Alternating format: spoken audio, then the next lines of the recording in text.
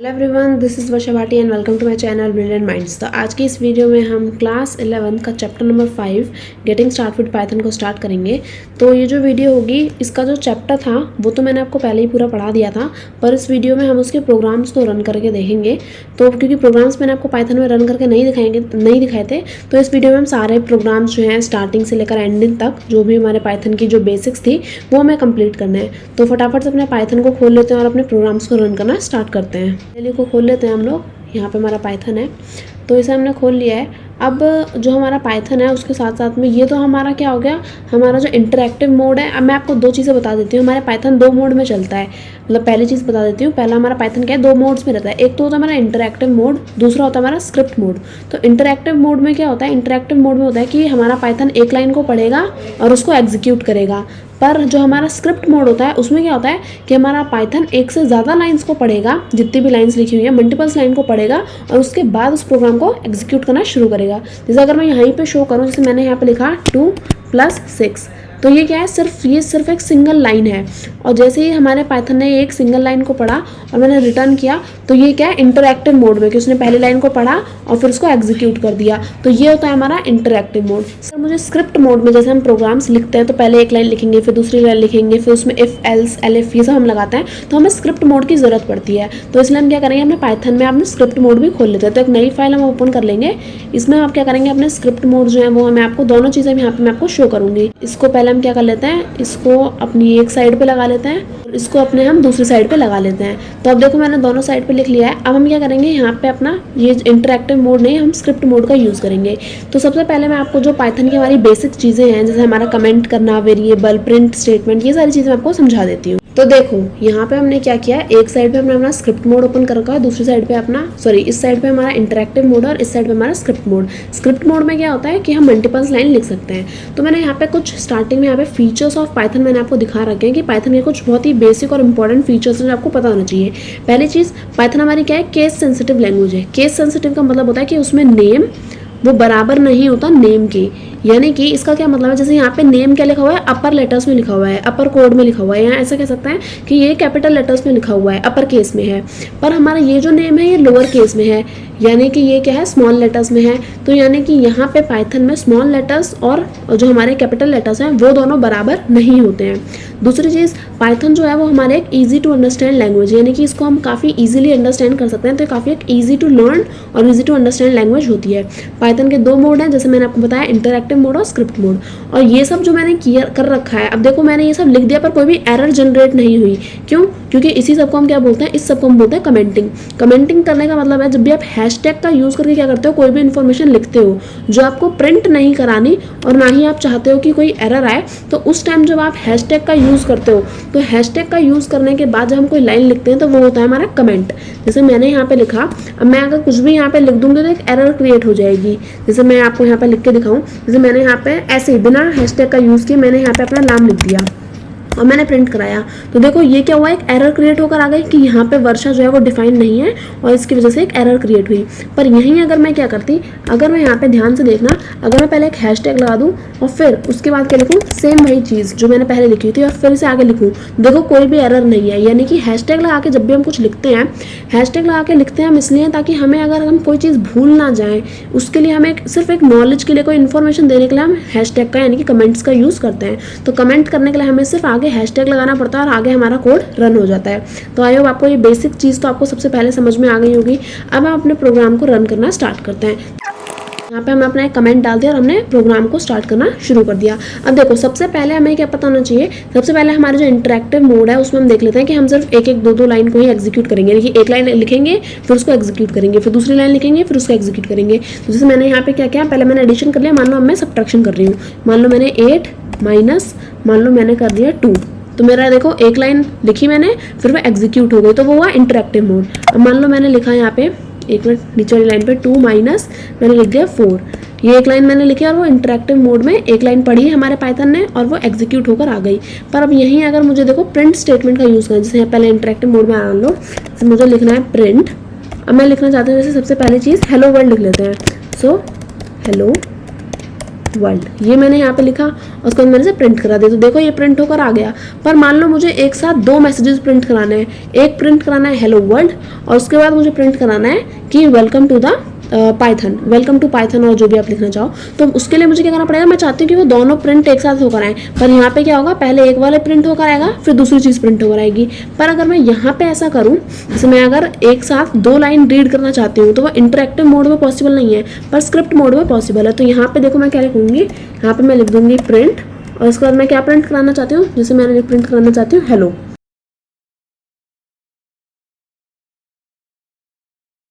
अब मैं क्या करूँगी, इसको रन करूँगी अपने प्रोग्राम को। तो मैंने यहाँ पे रन किया और रन करेंगे। रन करने से पहले हमें ये करना पड़ेगा, इसे सेव करना पड़ेगा अपनी फाइल को।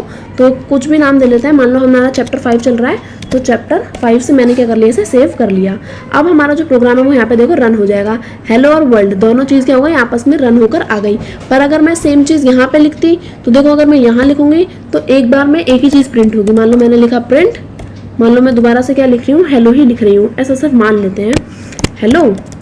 और मैं पहले की तरह चाहती हूँ कि अब मैं नीचे प्रिंट कराना चाहती हूँ, जैसे यहाँ पे मैंने प्रिंट कराने के बाद हेलो वर्ल्ड लिखा, अब मैं चाहती हूँ कि यहाँ पे पहले मैं हेलो वर्ल्ड लिखूँ और उसके बाद प्रिंट हो। पर जैसे मैं यहाँ पे क्या करूँगी, एक मिनट, जैसे मैं यहाँ पे एंटर करूँगी तो पहले हेलो ही प्रिंट करा जाएगा। अगर मुझे वर्ल्ड लिखना है तो दोबारा से यहाँ पे प्रिंट लिखना पड़ेगा और फिर अलग से वर्ल्ड लिखना पड़ेगा, ठीक है। और उसी के बाद क्या होगा, ये रन होगा। यानी कि हेलो वर्ल्ड इस तरह से प्रिंट होकर नहीं आ सकता इंटरैक्टिव मोड में, इसलिए हम क्या करते हैं, स्क्रिप्ट मोड का यूज़ यहाँ पे करते हैं। तो इससे पहले यहाँ से हटा लेते हैं क्योंकि हमें इसका काम अभी नहीं है। तो आई होप आपको समझ में आएगा कि प्रिंट स्टेटमेंट किस तरह से काम करती है। आपको जो भी चीज़ प्रिंट करानी है उसको आप यहाँ पे प्रिंट यहाँ पे लिख दो और फिर वो ऑटोमेटिकली क्या हो जाएगी, प्रिंट हो जाएगी। तो प्रिंट हेलो वर्ल्ड या कुछ भी आपको प्रिंट कराना है तो आगे सिर्फ प्रिंट लिखो, जो भी प्रिंट कराना चाहते हो वो लिख दो, तो प्रिंट होकर आ जाएगा। अब ऐसे ही हम बात कर लेते हैं यहाँ पे अपने वेरिएबल्स की। हमने कमेंट समझ लिया, प्रिंट स्टेटमेंट समझ ली, अब दूसरी चीज आती है हमारी क्या, वेरिएबल्स। अब हम वेरिएबल्स के बारे में समझेंगे। वेरिएबल्स क्या होते हैं, वेरिएबल्स होते हैं कि पाइथन क्या करता है, हर चीज़ को एज अ ऑब्जेक्ट लेके चलता है। तो जब मैं किसी पर्टिकुलर चीज़ की वैल्यू किसी एक दूसरे के अंदर सेव करा देती हूँ तो वो वेरिएबल हो जाएगा। जैसे मान लो कि मैंने यहाँ पे क्या किया, मैंने a = के अंदर 1 सेव करा दिया, तो 1 के लिए वेरिएबल क्या हो गया, a यहाँ पे एक वेरिएबल है कि a के अंदर एक वैल्यू सेव हो गई। मान लो उसी की तरह अगर मैंने यहाँ पे लिखा मैसेज, अब मैसेज के अंदर मैंने मान लो क्या सेव कराया, मैसेज के अंदर मैंने सेव करा लिया यहाँ पे हेलो। अब ये क्या हुआ, ये ऐसा होगा कि मैसेज के अंदर एक चीज़ सेव हो गई। तो यहाँ पे हेलो का वेरिएबल क्या है, यहाँ पे वेरिएबल है हमारा मैसेज, कि हमने एक पर्टिकुलर चीज़ के अंदर दूसरी चीज़ सेव करा ली। तो आई होप समझ में आएगा कि ये वेरिएबल किस तरह से काम करते हैं। वेरिएबल्स होता है कि हमने अपनी वैल्यू जो है वो स्टोर करा ली किसी के अंदर। अब जैसे मैं यहाँ पे क्या करती हूँ, इस सबको पहले तो इरेज कर लेते हैं, मतलब इरेज तो नहीं, हटा लेते हैं। देखो जैसे मैं यहाँ पे वैल्यू सेव करानी, जैसे मैंने लेंथ = लेंथ के लिए लिया मैंने l, यानी कि वेरिएबल क्या बनाया मैंने l = मान लो मैंने लेंथ ले ली फिलहाल के लिए 10। उसके बाद मैंने ब्रेथ ली यानी कि b हमारा वेरिएबल हो गया, उसके अंदर मैंने वैल्यू सेव करा ली मान लो 21। उसके बाद मैंने यहाँ पे क्या किया, मैंने एक और वेरिएबल बनाया जिसका नाम क्या है, एरिया। अब एरिया = मैंने क्या किया, लेंथ मल्टीप्लाई ब्रेथ, यानी कि l × b मैंने यहाँ पे ये लिख लिया। और उसके बाद मैंने क्या किया, प्रिंट कराया मैंने प्रिंट करा लिया अपना जो वेरिएबल है, जो जिसके अंदर जो मैंने वैल्यू सेव कराई है l × b, वो मैंने यहाँ इसके अंदर प्रिंट करा लिया। प्रिंट कराने के बाद हमें क्या करना पड़ेगा, प्रोग्राम को रन करना पड़ेगा। जैसे रन कराएंगे तो ये सोर्स जो हमारा वो सेव हो जाएगा। और उसके बाद देखो यहाँ पे रन होकर हमें आंसर हमारा मिल गया। आंसर क्या मिला, 210। तो ये क्या समझा रहा है कि मैंने एक वेरिएबल सेव कराया 10 को, मेरा वेरिएबल क्या है l, फिर b एक वेरिएबल है जिसके अंदर मैंने सेव कराया 21, फिर मैंने लेंथ × ब्रेथ यानी कि l × b को किस वेरिएबल के अंदर सेव कराया, एरिया के अंदर। तो ये जो नाम हम दे रहे हैं ना, जिसके अंदर वैल्यूज को हम सेव करा रहे हैं, तो ये नेम क्या होता है हमारे लिए, ये नेम होता है हमारे लिए वेरिएबल्स। तो आई होप समझ में आया कि वेरिएबल्स को हम किस तरह से यूज करते हैं। तो इसे आप क्या करते हैं, यहाँ से हटा लेते हैं और जो इंपॉर्टेंट चीज़ है उनको समझना शुरू करते हैं। तो हमें सबसे पहले जो बेसिक्स थी कि पाइथन के फीचर्स क्या है वो हमने पढ़े। फिर उसके बाद हमने कमेंट पढ़ा कि कमेंट देखो इस तरह से किया जाता है हैश का यूज़ करके। फिर हमने प्रिंट स्टेटमेंट के बारे में देखा कि प्रिंट का आप यूज़ देखो किस तरह से यहाँ पे कर सकते हो, और आपने जो आपका इंटरैक्टिव मोड है उसमें किस तरह से यूज़ करोगे, और जो हमारा स्क्रिप्ट मोड है उसमें किस तरह से यूज़ करोगे। फिर प्रिंट स्टेटमेंट के बाद हमने देखा कि वेरिएबल्स हम किस तरह से बना सकते हैं और किस तरह से उनका जो आंसर है वो हम यहाँ पे जनरेट कर सकते हैं। करते हैं। तो आई होप समझ में आएगा। ये हमारी जो बेसिक और छोटी छोटी चीज़ें थी वो हमने समझ ली। पर अब जो हमारे पास दूसरी चीज़ आ रही है वो क्या हमारे डेटा टाइप्स हैं। अब देखो हमें एक चीज़ और भी है डेटा टाइप से पहले कि पाइथन में, जैसे मैंने आपको अभी थोड़े टाइम पहले ही अभी बस जस्ट कहा था कि पाइथन क्या करता है, सारी चीज़ों को एज अ ऑब्जेक्ट ट्रीट करता है। यानी कि जितनी भी चीज़ें पाइथन के अंदर आप डालते हो वो सब उसके लिए क्या होती हैं, सिर्फ और सिर्फ एक ऑब्जेक्ट होती हैं। चाहे आप कोई भी डेटा डालो, कोई भी वैल्यू आप एंटर करो, वो सब क्या है उसके लिए एक ऑब्जेक्ट है। जैसे अब मैं यहाँ पे अगर कुछ टाइप करती हूँ, जैसे मैंने मान लो num1 इज इक्वल टू, मैंने ले लिया मान लो 10, उसके बाद मैंने रिटर्न किया, तो अभी मैंने यहाँ पे कोई एरर या कुछ क्यों नहीं आया, क्योंकि मैंने ये एक वेरिएबल बनाया जिसके अंदर मैंने क्या सेव कर दिया, 10 सेव कर दिया। अब उसके बाद मैं चाहती हूँ, क्योंकि सारी चीज़ें अगर एक ऑब्जेक्ट है तो उस सब की एक आईडी भी होगी, तो मैं चाहती हूँ कि मुझे आईडी मिल जाए किसकी, हमारे num1 की आईडी में देखना चाहती हूँ। जब रिटर्न करेंगे तो देखो 10 की आईडी पाइथन के अंदर क्या है, ये हमारी 10 की आईडी है। यानी कि जब भी आप num1 यानी कि पाइथन के अंदर जब 10 एंटर करते हो तो वो एक ऑब्जेक्ट है, तो उस ऑब्जेक्ट की अपनी एक आईडी है जो हमें यहाँ पे शो हो गई। इसी तरह आप कुछ भी लिखोगे ना तो हर एक चीज़ की आईडी होगी, 10 हो, -1 हो, 0 हो, 14.2 हो, कुछ भी हो। जिसमें अगर आपको लिख के दिखाऊं कि num इज इक्वल टू, मान लो मैंने क्या ले लिया 12.0 ले लिया, उसके बाद मैंने क्या किया, उसके बाद मैं इसकी भी आईडी चेक करना चाहती हूँ। आईडी मैंने चेक करी कि num जो है उसकी आईडी मेरे को पता चल जाए। उसके बाद जब मैं एंटर करूँगी तो देखो यहाँ पे 12.0 की भी अपने आप में क्या है, एक पर्टिकुलर आईडी है जो हमें यहाँ पे शो हो गई। तो यानी कि पाइथन हर चीज़ को कैसे कंसीडर करता है, एज अ ऑब्जेक्ट ट्रीट करता है और उसकी हर एक की वैल्यू वो हमें देता है। तो ये चीज़ हमें समझ में आई। अब हम बात करते हैं अपने डेटा टाइप्स की। तो डेटा टाइप की फोटो आपको यहाँ पे कहीं दिख जाएगी। डेटा टाइप क्या है, हमें पता है कि हमारी जो बुक में हमें जो एक फोटो दी है उसमें क्या है, एक टेबल बना रखी है कि डेटा टाइप्स में काफ़ी सारे हमारे सब पार्ट्स, जैसे हमारे नंबर्स हो गए, सीक्वेंस हो गए, सेट हो गए, नन, मैपिंग, ये सब हमारे अलग अलग तरह के डेटा टाइप हैं। अब इनके भी अंदर सब पार्ट हैं। नंबर्स जो होते हैं हमारे, उनके अंदर अपना क्या है, 3 सब पार्ट है, इंटीजर, फ्लोट, कॉम्प्लेक्स। और इसी तरह सीक्वेंस में भी हमारे 3 सब पार्ट हैं, स्ट्रिंग, लिस्ट, टपल। मैपिंग में भी अपना एक सब पार्ट है, डिक्शनरी। तो यानी कि अलग अलग तरह के डेटा टाइप्स हैं जो हमारे पास पाइथन में क्या है, अवेलेबल है, जिनका हम यूज़ करते हैं अपने अलग अलग काम के लिए। हम स्ट्रिंग्स बनाते हैं, लिस्ट बनाते हैं, टपल्स बनाना है। तो मैंने ये सारे चैप्टर्स आपको पढ़ाए हैं, तो आपने देखा होगा कि किस तरह से स्ट्रिंग का यूज़ हम करते हैं, किस तरह से लिस्ट का यूज़ होता है, किस तरह से टपल्स का यूज़ होता है। तो ये सारे हमारे क्या है, पाइथन के अंदर अलग अलग डेटा टाइप्स हमारे लिए अवेलेबल हैं।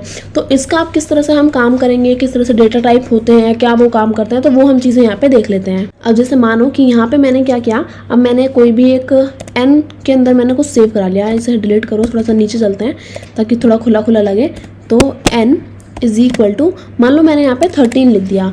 अब मैंने एक वेरिएबल बनाया n, उसके अंदर मैंने वैल्यू सेव करा दी 13। अब मुझे जैसे मान लो कि किसी को नहीं पता कि ये इंटीजर वैल्यू है या फिर ये फ्लोट वैल्यू है या फिर ये डिक्शनरी है, क्या है, कि मतलब इसका डेटा टाइप क्या है। तो अगर मुझे पता करना है कि डेटा टाइप क्या है तो मैं टाइप लिखूंगी और जो वेरिएबल है, एक मिनट, जो वेरिएबल है उसका नाम मैं लिख दूंगी n और फिर अपने इसको चेक करूंगी। तो मुझे क्या पता चला कि ये क्या है, इंटीजर वैल्यू है, इंट है। ये इंट का इन द सेंस इंटीजर, 13 क्या है, अपने आप में एक इंटीजर वैल्यू है। उसी तरह अगर मान लो मैं कोई एक सेव कराती हूँ, ए के अंदर मान लो मैंने क्या सेव कराया, ए के अंदर मैंने सेव करा लिया मान लो हेलो, एक मिनट, हेलो हेलो, मैंने यहाँ पे क्या करा लिया, सेव करा लिया ए के अंदर। उसके बाद मुझे पता करना है कि हेलो हमारा किस तरह का डेटा टाइप है। तो इसके लिए भी मैं क्या करूँगी, सेम चीज़ करूँगी। इसके लिए मैं टाइप लूँगी और क्या करूँगी, जो मेरा वेरिएबल है उसको मैं यहाँ पे लिख दूँगी। उसके बाद मुझे पता चलेगा कि जो हेलो है वो एक str है। str इन द सेंस वो हमारे एक स्ट्रिंग का डेटा टाइप है। तो ये भी मुझे पता चला। तो आप ये टाइप से क्या पता कर सकते हो, टाइप से आप ये पता कर सकते हो कि जो भी पर्टिकुलर चीज़ जो आपने सेव कराई है वेरिएबल के अंदर, वो किस तरह का डेटा टाइप है। वो एक इंटीजर वैल्यू है, वो एक फ्लोट वैल्यू है, वो एक बुलियन वैल्यू है, तो वो क्या है, तो आप इस तरह से पता कर सकते हो। अब मान लो कि मैं यहाँ पे कह रही हूँ, तो मैंने बार बार दोबारा प्रिंट करा लिया, इस तरह से आ रहा है। तो अब देखो, मान लो अगर मैं यहाँ पे क्या करूँ, अब अगर मान लो कि मैंने यहाँ पे एक वेरिएबल बना लिया है z नाम से और उसके अंदर मैंने वैल्यू सेव करा ली। अब मैं कुछ भी सेव करा सकती हूँ। मान लो मैंने उसके अंदर सेव कराया ट्रू, नहीं इस तरह से नहीं, मैंने सेव कराया ट्रू, ठीक है। अब उसके बाद मैं क्या चेक करना चाहती हूँ, मैं इसकी टाइप चेक करना चाहती हूँ कि किस तरह का हमारा डेटा टाइप है। तो मैंने इसका टाइप चेक किया और फिर जब मैंने डाला तो ये क्या है, हमारा एक बुलियन वैल्यू हमें देखने को मिली। तो आप समझ में आया किस तरह से हमारा जो डेटा टाइप है वो काम करता है। अब जैसे मान लो कि मैं थोड़ा और एक दो चार टाइप और बता देती हूँ। जैसे मान लो मैंने अब कोई भी वेरिएबल ले लिया। अब आप कुछ भी वेरिएबल में आप कोई भी नाम ले सकते हो, ABCD XYZ, आप कुछ भी ले सकते हो। तो मान लो मैंने x लिया, x इज इक्वल टू, मैंने उसके अंदर क्या सेव करा लिया, 13.8 मैंने यहाँ पे सेव करा लिया। उसके बाद मैं इसकी टाइप चेक कर रही हूँ कि ये किस तरह का जो है हमारा डेटा टाइप है। तो अब मैंने इसका टाइप चेक किया तो मुझे क्या एक मिनट, अच्छा ठीक है। देखो हमारे, मैंने कहा था ना कि हमारी पाइथन क्या है, केस सेंसिटिव लैंग्वेज है। केस सेंसिटिव यानी कि मैंने वेरिएबल क्या बनाया था, कैपिटल एक्स, और जब मैंने सर्च किया तो मैंने क्या सर्च किया, मैंने किया स्मॉल एक्स, तो उसको क्या मिली, एक नेम एरर देखने को मिली कि क्या आप एक्स टाइप करना चाहते हो या डिड यू मीन एक्स, यानी कि आप कैपिटल एक्स चाहते हो या स्मॉल एक्स। तो मैं अब यहाँ पे क्या करूँगी, मैंने बताऊँगी कि नहीं भाई मेरे को ये नहीं चाहिए था, मुझे जो चाहिए वो चाहिए मुझे टाइप, एक मिनट बस, टाइप मुझे क्या चाहिए, हमारा कैपिटल एक्स चाहिए। और अब जब मैं इसे प्रिंट करूंगी तो देखो हमें फ्लोट वैल्यू देखने को मिल जाएगी कि हाँ ये फ्लोट वैल्यू है, तो वो हमें देखने को मिली। तो इस तरह से हमारा जो टाइप है वो काम करता है। तो अब समझ में आया कि ये हमारा जो डेटा टाइप है वो आप किस तरह से फाइंड कर सकते हो। तो ये तो हो गई हमारी कुछ बेसिक छोटी छोटी सी चीज़ें। अब हम क्या करते हैं, अब हम स्टार्ट करते हैं अपने string, list, tuple, set, dictionary, ये सारे जो हमारे डेटा टाइप्स हैं इनका यूज़ किस तरह से करना है, ये किस तरह से दिखते हैं, इनको हम देखना शुरू करते हैं। तो यहाँ पे हम शुरू करते हैं अपना एक स्ट्रिंग बनाते हैं str नाम से, और उसके अंदर मैं क्या करूँगी, वैल्यूज सेव करूँगी। जो हमारी स्ट्रिंग है वो क्या होती है, वो कोटेशन में, जो हमारे डबल कोटेशंस होते हैं उसके अंदर वो स्टोर की जाती है। अगर आप इस तरह से कुछ भी लिख दोगे तो वो एक स्ट्रिंग के अंदर कंसीडर नहीं होगा। स्ट्रिंग के लिए हमें क्या करना पड़ता है, कोटेशन मार्क करना पड़ता है। या तो आप सिंगल कोटेशन दो या फिर आप डबल कोटेशन दो, आप कुछ भी यहाँ पे दे सकते हो। मुझे डबल लेना पसंद है तो मैंने डबल कोटेशन यहाँ पे यूज़ किया। अब इसके अंदर मैं कुछ भी सेव करा सकती हूँ। तो मैंने यहाँ पे स्ट्रिंग लिखी। अब मैं चाहती हूँ कि ये क्या हो जाए, प्रिंट हो जाए। तो मैंने क्या किया, प्रिंट कर दिया। प्रिंट किसको चाहूँगी, ये मेरा वेरिएबल है str, यहाँ पे लिख दिया। मैं क्या करूँगी, अपने प्रोग्राम को रन करूँगी क्योंकि मैं चाहती हूँ कि मेरी जो स्ट्रिंग है वो रन हो। तो यहाँ पे सेव करेंगे, और जैसे वैसे मैंने यहाँ पे काफ़ी सारा एंटर दे दिए थे, इसकी वजह से आया, और कोई बात नहीं है। तो देखो जैसे ही मैंने यहाँ पे अपनी स्ट्रिंग लिखी कि स्ट्रिंग मेरी प्रिंट हो जाए, तो देखो मेरी स्ट्रिंग यहाँ पर प्रिंट आ गई कि hi this is my laptop. तो इस तरह से आप क्या कर सकते हो, अपनी स्ट्रिंग को यहाँ पे प्रिंट करा सकते हो। स्ट्रिंग ही नहीं, आप यहाँ पे अपना कुछ भी सेव करा सकते हो। अब मान लो स्ट्रिंग हो गई, अब मैं एक लिस्ट बनाना चाहती हूँ, ले लिया लिस्ट 1, मैंने अपने वेरिएबल का नाम ले लिया। लिस्ट 1 के अंदर मैंने क्या सेव कराती हूँ, मैं कुछ भी सेव करा सकती हूँ। लिस्ट के अंदर तो हम कितने भी डेटा टाइप्स, अलग अलग डेटा टाइप्स का यूज़ कर सकते हैं। लिस्ट हमारी स्क्वायर ब्रैकेट्स के अंदर क्या होती है, सेव होती है। तो इन सारी चीज़ों का आपको ध्यान रखना है। अब मैं चाहूँगी कि मेरी ये लिस्ट क्या हो जाए, प्रिंट हो जाए। तो मैं क्या करूँगी, सिंपल अपना प्रिंट स्टेटमेंट दूंगी और अपने वेरिएबल का नाम लिख दूंगी, और फिर क्या कराऊंगी, इसे प्रिंट कराऊंगी। तो प्रिंट कराने के लिए क्या करेंगे, रन करेंगे। अपने मॉड्यूल को रन किया, ये सेव हो गया, और मॉड्यूल रन होकर देखो हमें मिल गया कि हाय, सबसे पहले हमारी स्ट्रिंग प्रिंट हुई str, तो hi this is my laptop, और उसके बाद हमारी लिस्ट 1 जो है वो प्रिंट होकर आ गई। तो इस तरह से हम string, list, tuple, set, dictionary, आप कुछ भी बना सकते हो। तो एक स्ट्रिंग बना ली, एक लिस्ट बना ली, एक डिक्शनरी बना के देख लेते हैं। तो डिक्शनरी का नाम DICT हमने रख दिया, जैसा आपकी बुक्स में बिल्कुल उसी तरह से मैंने रखा है। कुछ भी नाम आप यहाँ पे रख सकते हो। डिक्शनरी बिल्कुल बुक की तरह नहीं रखना चाहते तो आप इस तरह से कैपिटल D भी लिख सकते हो, और उसके अंदर वेरिएबल तो आप कुछ भी दे सकते हो। डिक्शनरी हमारे यहाँ पे क्या होती है, करली ब्रैकेट्स के अंदर होती है। अब मान लो मैं अपनी डिक्शनरी के अंदर क्या वैल्यू दे रही हूँ, मैं फ्रूट्स लिखना चाहती हूँ, तो FRUIT, ठीक है, फ्रूट्स कुछ भी लिख सकते हो। तो फ्रूट्स मैंने यहाँ पे लिख दिया। अब फ्रूट्स लिखने के बाद मैं क्या करूँगी, यहाँ पे हमारी जो डिक्शनरी है वो किस में होती है, की वैल्यू पेयर में होती है। तो मैंने एक मिनट, आपने यहाँ पे मैंने क्या दी, की दे दी, और उसके अंदर कॉलर लगाया। अब एक वैल्यू मैं यहाँ पे क्या करूँगी, पास करूँगी। तो फ्रूट के अंदर मान लो मैंने ले लिया एप्पल, ठीक है, और उसको हमने क्लोज कर दिया। फिर उसके बाद मैंने क्या, ये एक की हो गई, एक वैल्यू हो गई, फिर एक दूसरी की हो गई, फिर एक दूसरी वैल्यू हो गई। तो इस तरह से आप की वैल्यूज़ का क्या कर सकते हो, पेयर यहाँ पे आप बना सकते हो। तो एक फ्रूट, एक वेजिटेबल, आई थिंक इतना काफ़ी रहेगा। अपनी डिक्शनरी को क्लोज कर लेते हैं। अब मैं चाहूँगी कि अब क्या हो, मेरी प्रिंट हो जाइए। तो प्रिंट कर लेंगी मैं, क्या प्रिंट कर लूँगी अपने डिक्शनरी को। वेरिएबल का नाम क्या है, D, तो मैंने उसे वो प्रिंट कराया। प्रोग्राम को क्या करेंगे, हम फटाफट से रन कर लेते हैं। तो एक बार रन करेंगे, सेव हो जाएगा हमारा प्रोग्राम, और देखो तीनों चीज़ें लिख कर आ गई। जो हमारा सबसे पहले स्ट्रिंग लिख कर आई, फिर हमारी लिस्ट लिख कर आई, और फिर हमारी डिक्शनरी लिख कर आ गई। अब मैं चाहूँ कि स्ट्रिंग हटाना चाहूँ, लिस्ट हटाना चाहूँ, डिक्शनरी हटाना चाहूँ, तो वो मैं हटा करके अलग से लिख सकती हूँ। तो ये तो कुछ हमारे डेटा टाइप्स थे। तो हमने सबसे बेसिक जो चीज़ें थी वो हमने समझ ली। अब जो हमारे ऑपरेटर्स हैं, जो हमारे सबसे ज़्यादा फेवरेट्स हैं, जिनके ऊपर सबसे ज़्यादा क्वेश्चंस भी आते हैं, तो उन ऑपरेटर्स के बारे में हम कुछ बातें कर रहे थे कि ऑपरेटर्स को किस तरह से हम यूज़ करते हैं। ऑपरेटर्स के अपने कुछ टाइप हैं, कुछ हमें दे रखे हैं आपके 3, 4, 6, 7 तरीके के, 6 तरीके का आई थिंक आपको ऑपरेटर्स दिए हैं। अर्थमेटिक ऑपरेटर्स हो गए, हमारे रिलेशन ऑपरेटर्स हो गए, असाइनमेंट ऑपरेटर्स, लॉजिकल ऑपरेटर्स, आपके आइडेंटिटी, मेंबरशिप, ये सारे हमारे 6 तरह के ऑपरेटर्स हैं जिनका हम पाइथन में क्या करते हैं, यूज़ करते हैं। तो किस तरह से हमें ऑपरेटर्स का यूज़ करना है, वो किस काम आता है, वो हम यहाँ पे देख लेते हैं। तो सबसे पहले हम किसकी बात करेंगे, सबसे पहले बात करेंगे अपने अर्थमेटिक ऑपरेटर्स की। तो अर्थमेटिक ऑपरेटर्स लिखते हैं, अंदर हमारे कौन कौन से ऑपरेटर्स आते हैं। तो अर्थमेटिक हैश का यूज़ करना है। निकालते हैं तो ये ऑपरेटर, बेसिक ऑपरेटर्स जो हमारे मैथमेटिक्स में होते हैं वो हमारे अर्थमेटिक ऑपरेटर्स के अंदर आते हैं। तो अब एक प्रोग्राम बनाता है जिसमें हम इन ऑपरेटर्स का क्या करेंगे, यूज़ करेंगे। तो नम1 हम ले लेते हैं अपना क्या, नम1 इज इक्वल टू, अब आप चाहो तो यूजर से इनपुट भी करा सकते हो और चाहो तो अपनी वैल्यू खुद भी दे सकते हो। तो इनपुट और आउटपुट का भी हम पढ़ेंगे, पर इसमें एक बार क्या करते हैं, कुछ वैल्यूज मैं आपको खुद दूंगी और फिर कुछ वैल्यूज मैं क्या कराऊंगी, आपसे इनपुट करूंगी। तो नम1 की वैल्यू मान लो मैंने ले ली 10, फिर उसके बाद मैंने क्या बनाया, दूसरा वेरिएबल बनाया num2, इसके अंदर मैंने वैल्यू क्या दे दी, मान लो 12 दे दी। और फिर इसके बाद मैं क्या कर रही हूँ, मैं एक ऑपरेटर का यूज कर रही हूँ। मान लो उसमें मैंने नम के अंदर क्या सेव करा लिया, नम के अंदर सेव करा लिया मैंने num1, और फिर मैंने किस ऑपरेटर का यूज किया, प्लस ऑपरेटर का, अर्थमेटिक ऑपरेटर है num1 प्लस num2 का मैंने यहाँ पे यूज किया। और फिर मैं किसी चाहती हूँ कि जो प्लस है ना वो मुझे प्रिंट होकर आंसर मिल जाए, तो प्रिंट कराऊंगी क्या, अब देखो एडिशन कौन सा हमारे उसमें हुई है, नम के अंदर सेव हुई है हमारी एडिशन, तो अपने वेरिएबल का नाम क्या देंगे, नम हम दे देंगे। अपने इसे क्लोज करेंगे और क्या करेंगे, रिटर्न करेंगे। रिटर्न करने के बाद एक तो ये हो गया, अब ये ऊपर की ये चीज़ें हटा देते हैं, अदरवाइज ये भी क्या आ जाएंगी, फिर दोबारा से प्रिंट होकर आ जाएंगी।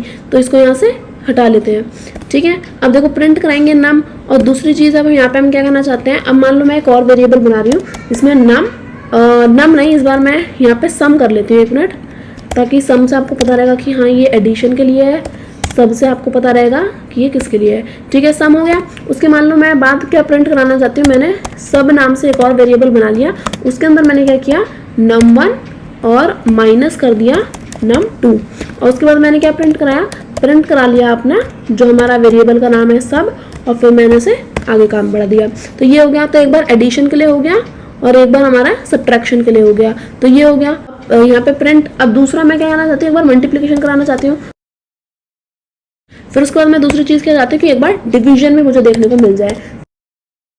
हमारे बेसिक ऑपरेटर्स है प्लस का, माइनस का, मल्टीप्लाई का और डिवाइड का, तो ये हमने यहाँ पे नाम दे दिए। अब क्या करेंगे, प्रोग्राम को एक बार रन करके देख लेते हैं। सबसे पहले प्रोग्राम सेव हो जाएगा और फिर वो रन होना शुरू होगा। तो देखो हमारे नंबर क्या है, 10 और 12, तो एक बार प्लस हुआ तो प्लस होकर क्या आंसर आया 22, एक बार माइनस हुआ तो 10 माइनस 12 माइनस का 2, फिर एक बार मल्टीप्लाई हुआ तो 10 इंटू 12 120, और फिर जब हमने 10 डिवाइड बाय 12 लिखा तो उसका आंसर भी यहाँ पे हमें देखने को मिला। तो ये कुछ हमारे बेसिक ऑपरेटर्स हैं जो हमने यहाँ पे क्या किया, रन करके देखे। अब यहाँ पे थोड़ा सा और नीचे आ जाते हैं, तो ये तो हो गया प्लस माइनस मल्टीप्लाई डिवाइड, पर ये जो हमारे फ्लोर डिवीजन और मॉड्यूल डिवीजन है ये किस तरह से काम करेंगे, तो इसके लिए भी काम कर लेते हैं। तो एक बार क्या करेंगे, अपने दूसरे ऑपरेटर का नाम, दूसरे डिवीजन के लिए वेरिएबल ले लेते हैं, मान लो टी। इसके अंदर मैंने क्या सेव करा लिया, इसके अंदर मैं चाहती हूँ कि हमारा डिवीजन हो, पर डिवीजन में 3 तरह के हैं। जो सिंपल डिवीजन जिसमें हमारा क्वोशिएंट आता है वो तो हमने कर लिया, नंबर में num2। अब जो हमारा फ्लोर डिवीजन है वो किस तरह से काम करेगा, पहले अपना जो वेरिएबल का नाम है वो f ले लेते हैं। तो f इज इक्वल टू क्या आ जाएगा, फ्लोर डिवीजन में क्या होता है, फ्लोर डिवीजन में हमें हमारा सिर्फ और सिर्फ क्या मिलता है, जो हमारा क्वोशिएंट है ना वो तो मिलेगा, बट जो उसके पीछे का डेसिमल पॉइंट है वो हमें नहीं मिलेगा। जैसे यहाँ पे हमने क्या किया, 10/12 किया और जब डिवाइड किया तो देखो यहाँ पे 0.833334 इस तरह से लिख कर आया। पर फ्लोर डिवीजन में क्या होता है, डेसिमल के बाद वाले जितने भी नंबर्स है ना वो सब यहाँ से हट जाते हैं। तो मान लो मैं फिलहाल के लिए क्या करती हूँ, इसको हटा लेती हूँ। मैंने num2 को मान लो मैंने क्या कर लिया, मैंने यहाँ पे कर लिया मान लो 4 कर दिया, तो 10/4 अब मैं इसे इस तरह से रन करना चाहूंगी। तो अब मैंने क्या किया, f इज इक्वल टू मान लो मैंने क्या कर दिया, num1 डिवाइड बाय, अब मुझे फ्लोर डिवीजन चाहिए तो 2 बार हम क्या करेंगे, डिवीजन का यूज करेंगे, floor division num1 bye num2 हमने यहाँ पे कर लिया। उसके बाद क्या करेंगे, इसे प्रिंट करा लेंगे। तो प्रिंट के बाद हम अपने वेरिएबल का नाम लिखेंगे f और उसके बाद इसे प्रिंट कराएंगे। तो मैंने प्रिंट करा लिया f। अब उसके बाद मान लो मेरा जो फ्लोर डिवीजन हो गया, अब मुझे मॉड्यूल भी चाहिए अपना, जो हमारा मॉड्यूल डिवीजन है। अपने मॉड्यूलस डिवीजन के लिए क्या कर लेंगे, अपने वेरिएबल लिख लेंगे m और उसके अंदर वेरिएबल्स को हम सेव करेंगे। तो num1, अब मॉड्यूलस का हमारा सिंबल क्या होता है, परसेंटेज का, तो परसेंटेज का सिंबल लगाया और फिर num2। उसके बाद क्या करेंगे, इसे प्रिंट करा लेंगे। तो प्रिंट के लिए अपने वेरिएबल का नाम देंगे, वेरिएबल का नाम है कैपिटल M, अगर पाइथन केस सेंसिटिव है, अगर स्मॉल m करोगे तो एरर आ जाएगी। तो f और m हमने यहाँ पे क्या करा लिया, सेव करा लिया। अब प्रोग्राम को क्या करना चाहते हैं, हम रन करना चाहते हैं। तो एक बार अपने मॉड्यूल को रन करेंगे, सेव हो जाएगा, रन होगा। रन होने के बाद अगर देखेंगे यहाँ पे तो देखो अब हमने वेरिएबल्स बदल लिए, एक बार 10 था एक बार 4 था। तो एडिशन में क्या आया, एडिशन में आया 14। फिर जब हमने सब्ट्रैक्ट किया तो 10 - 4 इज 6, मल्टीप्लाई किया तो क्या आंसर आया 40। जब हमने सिंपल डिवीजन किया, सिंपल डिवीजन करेंगे तो 10/4 का आंसर आ जाएगा 2.5। और यहाँ पे जब हमने क्या किया, फ्लोर डिवीजन किया, तो मैंने आपको बताया था कि फ्लोर डिवीजन में क्या होता है, डेसिमल पॉइंट नहीं आता, तो यहाँ पे आंसर क्या आया 2। और जब हम क्या करते हैं अपने मॉड्यूलस का यूज करते हैं तो मॉड्यूलस में क्या होता है, मॉड्यूलस में होता है कि हमारा सिर्फ और सिर्फ जो रिमाइंडर बचता है वो आता है। तो जब आप क्या करोगे 4 और 10 को डिवाइड करोगे तो 4 2 8, तो 10 - 8 क्या हो जाएगा 2। तो मॉड्यूलस में हमें रिमाइंडर देखने को मिलता है आंसर में, तो रिमाइंडर 2 था तो इसलिए यहाँ पे 2 प्रिंट होकर के आ गया। तो इस तरह से आप अपने ऑपरेटर्स का यूज कर सकते हो। तो ये अर्थमेटिक ऑपरेटर्स थे, ये हमारे सारे के सारे कंप्लीट हो गए। हाँ बस हमने पावर वाला यूज नहीं करके देखा, तो एक बार उसे भी यूज कर लेना, उसमें क्या दिक्कत है। तो नम1 मैंने क्या मान लिया, नम1 इज इक्वल टू मैंने मान लिया 20 छोड़ो 2 ही ले लिया। और उसके बाद मैंने क्या किया, अपना दूसरा वेरिएबल बनाया num2 इज इक्वल टू चाहूँगी मैं यहाँ पे पावर के अंदर सेव कराना चाहूँगी, पावर इज इक्वल टू मैंने क्या किया num1, और उसकी पावर के लिए मैंने क्या किया 2 बार एक्सपोनेंट का हम यूज़ करेंगे, और num2 ये मैंने यहाँ पे यूज़ कर लिया। उसके बाद क्या चाहूँगी कि ये प्रिंट होकर आ जाए। अब क्या करेंगे, एक बार इसे रन करेंगे, तो रन करते हैं अपने मॉड्यूल को। सबसे पहले ये क्या हो जाएगा, सेव हो जाएगा। देखो यहाँ पे हमारा आंसर क्या आ गया, हमारे आंसर में 8 लिखकर आ गया, 2 की पावर 3 यानी कि 2 × 2 × 2 जहाँ पे 3 हमें आंसर में देखने को मिला। तो इस तरह से आप क्या कर सकते हो, अलग अलग ऑपरेटर्स का यूज आप पाइथन में कर सकते हो। तो अब ये तो हो गया, चलो ठीक है आपने यूज़ कर लिया ऑपरेटर्स, ये तो कुछ इतना हार्ड भी नहीं था, इसमें यूज़ करना काफ़ी आसान था। ऑपरेटर्स थे वो सारे हमने क्या कर लिए, एक एक बार रन करके देख लिए हैं। तो हमने ये तो देख लिया कि किस तरह से हमारे सारे ऑपरेटर्स चल रहे हैं। इसी तरह से आप जो बाकी के ऑपरेटर्स हैं उनको भी आप यूज़ करके देख सकते हो, क्योंकि यार मैं सारे यहीं पे यूज़ करने लगी तो जो हमारी ये जो वीडियो है वो काफ़ी ज़्यादा लंबी हो जाएगी। जैसे यहाँ पे अपना जो हमारे प्रोग्राम्स हैं एक बार अपने जो हमारा कह सकते हैं इंटरेक्टिव मोड, उसमें भी एक बार रन करके देख लेते हैं। जैसे मान लो कि मैं यहाँ पे कुछ लिखना चाहती हूँ, जैसे मान लो मैं क्या लेना चाहती हूँ, जैसे मैंने मान लिया 20 ले लेते हैं, 20 माइनस मैं क्या चाहती हूँ 20 माइनस क्या आ जाए, जैसे मेरा आ जाए 30। और इसके साथ मैं कुछ और भी ऑपरेटर का यूज़ करना चाहती हूँ, जैसे मैं मान लिया मल्टीप्लाई, एक मिनट मल्टीप्लाई, इसके साथ मैंने कर दिया 3। तो जब मैं इसे रन करूंगी तो आंसर में -70 आएगा। -70 आंसर में क्यों आया, क्योंकि आपको पता होगा कि जब ये चैप्टर पढ़ाया था तो मैंने आपको प्रेसिडेंस ऑफ ऑपरेटर्स भी पढ़ाया था कि किस तरह से पहले आप माइनस का यूज़ करोगे या पहले आप मल्टीप्लाई का यूज़ करोगे। जैसे बोर्ड मास होता है तो उसमें आप देखते हो कि बोर्ड मास में आपको पहले ब्रैकेट ओपन करना पड़ता है, फिर मल्टीप्लिकेशन, फिर डिवीजन, फिर सब्ट्रैक्शन, फिर एडिशन, फिर सब्ट्रैक्शन। तो इस तरह से काम कर चलता है। बिल्कुल उसी तरह यहाँ पे हमारे ऑपरेटर्स में भी क्या है, प्रेसिडेंस है कि एक ऑपरेटर दूसरे ऑपरेटर से बड़ा है, तो जो बड़ा होगा पहले वो अप्लाई होगा, फिर छोटा वाला अप्लाई होगा। तो यहाँ पे देखो सबसे ज़्यादा प्रेसिडेंस हमारी किसकी होती है, सबसे ज़्यादा प्रेसिडेंस होती है हमारी एक्सपोनेंट की, यानी कि हमारे पावर वाले ऑपरेटर की, 2 बार स्टार की। फिर उसके बाद हमारा जो मल्टीप्लिकेशन डिवीजन ये आता है उसकी, फिर उसके बाद हमारा एडिशन और सब्ट्रैक्शन की। तो इसलिए पहले क्या हुआ, ये यहाँ पे आपस में मल्टीप्लाई हुआ, तो आंसर क्या आया हुआ -90, और फिर माइनस हुआ होगा तो -70 आंसर में आया। तो अब देखो एक और बार दोबारा से अपने ऑपरेटर को, ये तो रन होकर सेम ही चीज़ आ जाएगी।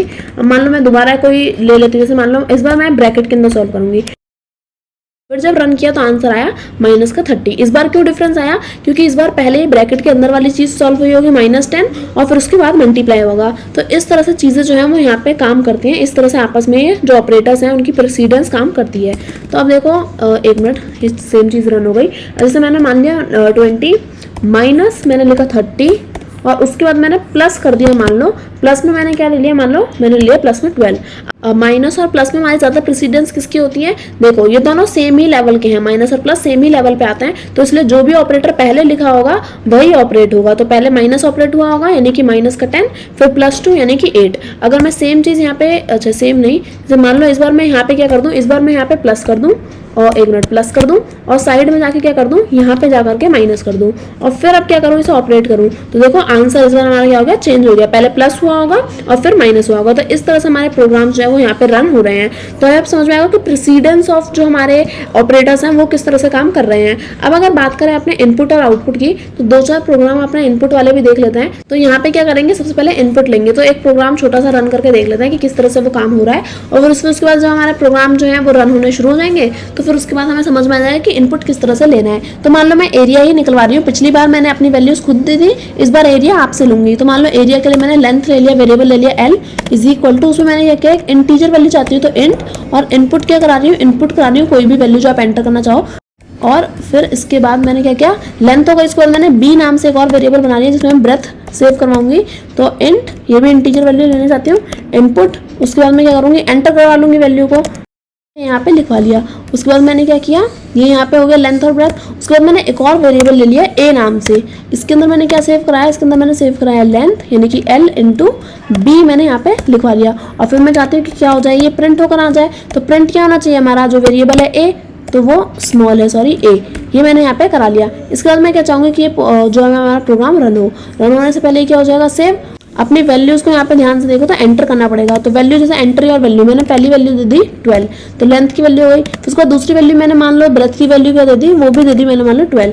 इसका जब एरिया निकालेंगे तो वो क्या होगा 144, वो यहाँ पे इस तरह से प्रिंट होकर आ गया। तो आई होप समझ में आया किस तरह से जो हमारे प्रोग्राम्स हैं उनका इनपुट और आउटपुट हमें जनरेट होकर मिलता है। तो एक छोटा सा प्रोग्राम था, इसी तरह से बहुत सारे प्रोग्राम आपकी बुक में है, छोटे छोटे से ही प्रोग्राम है, कोई बहुत बड़ी चीज़ नहीं है। तो आई होप समझ में आया किस तरह से ये काम कर रहे हैं। अब मान लो मैं दोबारा से एक छोटा सा इसी तरह से एक प्रोग्राम बनाऊं जिसमें मैं क्या कर रही हूँ, यूजर से इनपुट ले रही हूँ। तो मान लो इस बार मैं उसका नेम और उसकी एज में चेक करना चाहती हूँ। तो फर्स्ट नेम के लिए मैंने एफ नेम नाम से क्या कर लिया, एक वेरिएबल मैंने बना लिया। फिर उसमें तो नेम तो हमारा इंटीजर वैल्यू होगी, नहीं तो इंट लिखने की जरूरत नहीं है, सीधा क्या करेंगे हम अपना इनपुट उससे यूजर से ले लेंगे।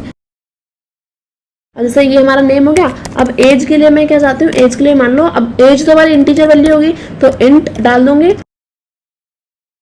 अब मैं चाहती हूँ कि ये प्रिंट होकर आ जाए, तो मैं क्या करूंगी, सीधा यहाँ पे प्रिंट करूंगी, कोई और वेरिएबल नहीं बना रही। मैंने क्या लिखा, इसका नाम एफ नेम और उम्र एज है, ये मैंने यहाँ पे लिखवा लिया। अब मैं क्या करूंगी, इसको रन करूंगी। तो एक बार मॉड्यूल को रन करता है उससे पहले ये सेव हो जाएगा और देखो रन होके आ गया। सो एंटर योर वैल्यू, पहले हमें क्या करना पड़ेगा, अपना नेम डालना पड़ेगा। तो नेम डाल लो, मैंने वर्षा डाल दिया, या ये छोड़ो वर्षा नहीं डाल रहे, इस बार नेम की वैल्यू मान लो मैंने डाल दी ऋतु डाल लेते हैं। सो ऋतु मैंने एंटर करी। अच्छा हाँ सॉरी यहाँ पे देखो एक एरर आ गई कि एंटर योर वैल्यू में मैंने ऋतु डाला तो एक इनवैलिड वैल्यू एरर जनरेट होकर आई कि क्या यहाँ पे ऋतु आपने डाल दिया, पर हमारा कौन सा प्रोग्राम रन हो रहा होगा, ये वाला प्रोग्राम, कि उससे पहले ये लिखा हुआ था एंटर योर वैल्यू में मैंने इंट बोला है और मैंने एक स्ट्रिंग पास करी, तो इसकी वजह से क्या हुआ, एक एरर यहाँ पे जनरेट हुआ।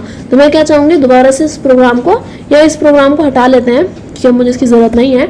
तो सिर्फ इसी प्रोग्राम को हम क्या करते हैं, रन करके दोबारा से देख लेते हैं। तो मॉड्यूल को रन करेंगे, ये सेव हो जाएगा। देखो एंटर योर नेम, नेम में मान लो इस बार डाल दिया मैंने क्या, एक मिनट, नेम में डाल दिया मैंने ऋतु। अब देखना कोई एरर नहीं आएगी। एज में मान लो मैंने डाल दिया 25, इसका आप देखो क्या प्रिंट होकर आया, इसका नाम ऋतु और उम्र 25 है, तो सकते हो। तो आई आप समझ में आया कि ये छोटे से प्रोग्राम का आप इनपुट आउटपुट किस तरह से जनरेट करोगे। अब जो हमारा कह सकते हैं लास्ट चीज़ या लास्ट सेकंड टॉपिक आप लगा लो, हमारा टाइप कन्वर्जन है, उसके बाद लास्ट चीज़ हमारी क्या होगी, एरर।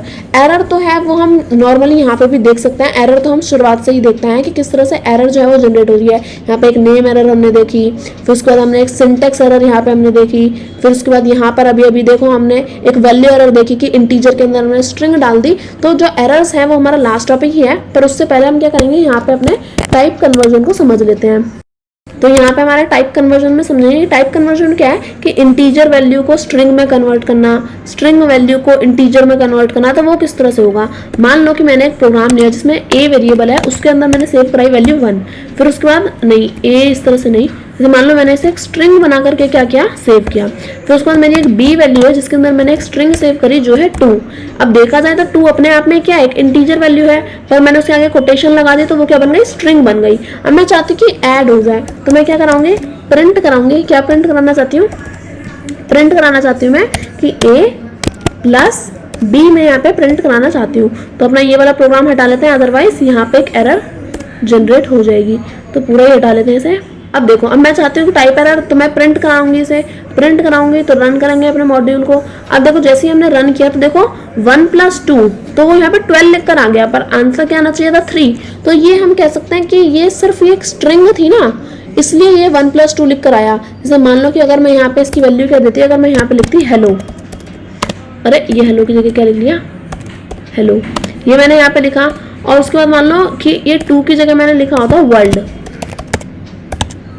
WORLD, ठीक है। और अब मैं अगर इसे प्रिंट कराती तो क्या होता, स्ट्रिंग किस तरह से ऐड होती है, स्ट्रिंग को कॉन्कैटिनेट करने का यही तरीका है कि वो दोनों चीज़ों को आपस में सामने लाके खड़ा कर देती है। पर यहाँ पे जब मैंने 1 और 2 किया तो उसने उसको भी यहाँ पे आपस में लाके खड़ा कर दिया। 1 और 2 क्या हो, आपस में सेव होकर हमें एक आंसर जनरेट करके दे। तो यहाँ पे मैं वैल्यू लिख लूंगी 1 और यहाँ पे क्या वैल्यू आनी चाहिए मेरी, यहाँ पे वैल्यू आनी चाहिए मेरी 2। अब मैं चाहती हूँ कि ये दोनों ऐसा इंटीजर सेव हो, तो मैं यहाँ पे क्या करूँगी, यहाँ पे मैं इसे सेव करा लूंगी। मान लो मैंने किसी वेरिएबल के अंदर C के अंदर मैंने सेव करा लिया, तो C = तो अब देखो यहाँ पे हम क्या करेंगे, वेरिएबल बनाया। अब A हमारा क्या है, स्ट्रिंग, तो मैंने इसे बना लिया इंटीजर। तो INT इंट ऑफ क्या कर दिया मैंने, इंट ऑफ A कर दिया मैंने, एक मिनट, इंटीजर वैल्यू बना दी a को, और इसी तरह मैं b को भी क्या करूंगी, एक इंटीजर वैल्यू बना लूंगी, तो इंटू ऑफ b। अब मैंने यहाँ पे लिख लिया। अब इसके बाद मैं क्या करूंगी, प्रिंट करा लूंगी अपने वेरिएबल c को, तो प्रिंट में क्या हो जाएगा c। अब इस प्रोग्राम को एक बार क्या करते हैं, हम रन करके देखते हैं। तो अपने मॉड्यूल को हमने रन किया, सेव हो गया। अब देखो 12 आंसर आने की जगह आंसर क्या आया, 3। तो इस तरह से आप क्या कर सकते हो, अपने कन्वर्जन कर सकते हो। यानी कि आपकी एक स्ट्रिंग थी, अगर ध्यान से देखोगे तो a के अंदर क्या एक स्ट्रिंग वैल्यू सेव कर रखी है आपने कोटेशन देके, पर जब आपने इसे प्रिंट किया तो आपने उसको कन्वर्ट कर लिया इंटीजर से स्ट्रिंग के अंदर। तो इस तरह से यहाँ पे हमें कन्वर्जन देखने को मिलते हैं। पर अगर बात करें तो ये कन्वर्जन हमने खुद से किया, तो जो कन्वर्जन हम खुद से करते हैं वो कन्वर्जन हमारे कौन से होते हैं, एक मिनट से ऊपर ही लिख लेते हैं फिर। तो जो कन्वर्जन हम खुद से करते हैं वो कन्वर्जन होते हैं हमारे एक्सप्लिसिट कन्वर्जन होते हैं। तो ये कन्वर्जन देखो, ये स्ट्रिंग थी, हमने खुद उसे इंटीजर वैल्यू बनाया फिर उसे प्रिंट कराया, तो जो हमने खुद कन्वर्ट किया वो एक्सप्लिसिट। पर अगर बात करें कुछ ऐसे कन्वर्जन की जो हमें खुद करने की जरूरत ही नहीं पड़ती, वो कौन से होते हैं, वो हमारे इम्प्लिसिट होते हैं। वो हमारे इम्प्लिसिट, ये होता है हमारे इम्प्लिसिट कन्वर्जन। जैसे कि अगर मैंने a इज इक्वल टू, एक मिनट एंटर करेंगे। अब मान लो मैंने एक वेरिएबल लिया a इज इक्वल टू, उसके अंदर मैंने वैल्यू सेव कराई 10। फिर इसी तरह मैंने एक और दूसरा वेरिएबल लिया b इज इक्वल टू, मैंने क्या वैल्यू सेव कराई 10.0। अब देखो ये एक इंटीजर वैल्यू है ऊपर वाली, नीचे वाली क्या है हमारी एक फ्लोट वैल्यू है। तो अब मैंने ये लिख लिया। अब मैं क्या चाहती हूँ कि ये सेव मतलब सम इनका मुझे देखने को मिले, नहीं कि मैं क्या प्रिंट कराना चाहती हूँ, इनका एडिशन प्रिंट कराना चाहती हूँ। तो मैंने यहाँ लिखा प्रिंट, और मैंने क्या प्रिंट कराया, a प्लस b मैंने यहाँ पे प्रिंट करा लिया। अब जब मैं इस प्रोग्राम को रन करूंगी तो देखना, रन करेंगे अपने मॉड्यूल को, सेव हो जाएगा ये। तो देखो सबसे पहले हमारा क्या प्रिंट हुआ होगा, ये ऊपर वाला फंक्शन जो है यानी कि 3। फिर उसके बाद 10 प्लस 10.0, देखो मैंने कुछ भी कन्वर्ट नहीं किया, पर खुद ब खुद वो इंटीजर क्या हो गया, फ्लोट में कन्वर्ट होकर आ गया। तो यानी कि ये कन्वर्जन क्या है, ये खुद ब खुद हुआ, उसने इंटीजर वैल्यू को फ्लोट में खुद ही पाइथन ने कन्वर्ट कर लिया और हमें आंसर देखने को मिला। तो ये होता है हमारा एक्सप्लिसिट, और दूसरा होता है हमारा इम्प्लिसिट कन्वर्जन। तो आई होप समझ में आया कि ये छोटे से प्रोग्राम किस तरह से रन हुए। अब यहीं पे हम अगर कुछ अपने एरर्स की बात करें तो हमारे पास कुछ बहुत ही फेमस एरर है, जैसे कि सिंटैक्स एरर। सबसे पहले मैं यहाँ पे अपने जो जितने भी 3 एरर है उन तीनों के नाम लिख लेती हूँ। तो ये हमने यहाँ पे क्या करा, अपने 3 तरह के एरर्स हम यहाँ पे हमने लिख लिए, एक सिंटैक्स एरर, एक लॉजिकल एरर और एक रन टाइम एरर।